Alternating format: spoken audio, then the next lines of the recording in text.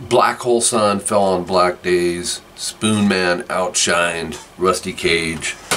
Jesus Christ Pose. Rest in peace, Chris Cornell. I just heard the news that singer of Soundgarden, Audioslave, Temple of the Dog, has passed away. This is from usmagazine.com. Chris Cornell, cause of death has been ruled a suicide, the Wayne County Medical Examiner's Office confirmed to US Weekly in a statement.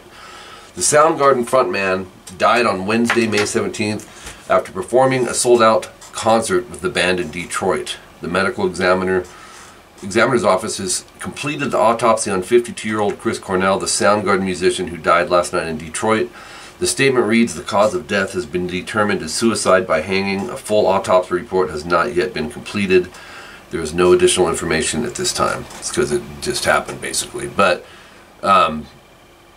you know, outside of rest in peace, I mean, he obviously had some skeletons in the closet. I think a lot of people do, and it's just a shame. It's just a shame, man. I mean, people that you think are happy aren't happy, and, you know, the guy was living the dream as far as a musician goes. I mean, that's what bands want.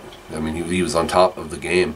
One thing I can say about Soundgarden, you know, when the grunge scene came in with Nirvana, you know, I was a player from the 80s and influenced by, you know, the 80s metal bands, and I was at first really disappointed with the grunge movement because it killed a lot of the shred players and just a complete shift in the music scene. I wasn't a fan of Nirvana at first, you know, but Soundgarden was one of the few bands that when I heard I instantly liked. I was like, okay, this is killer. And it was Chris Cornell. You know, outside of the odd time signatures the band would do, his voice was just phenomenal. And he reminded me of one of my favorite singers, Ronnie James Dio. He had that range, that grit, and that power. I did see him, you know, man, it's way back, maybe 15 years ago. But it wasn't with Soundgarden, it was just Chris Cornell's band, you know, his solo stuff. And the dude, his pipes are just huge. And he never really seemed to lose it, you know.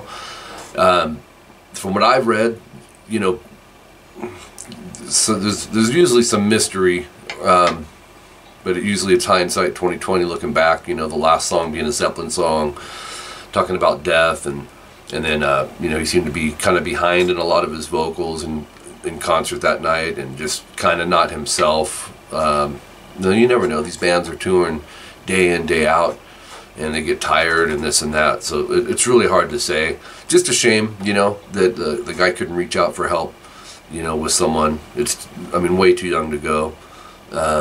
Just goes to show happiness. You know, you think you're the singer for Soundgarden, and life's grand and peachy, and it's not always the case. So we've lost a lot of the grunge guys, man. Suicide and drugs. So rest in peace, Chris Cornell.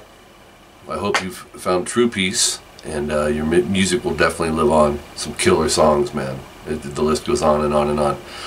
Be sure to subscribe to this channel. If you're not a subscriber, there's a subscribe link right here.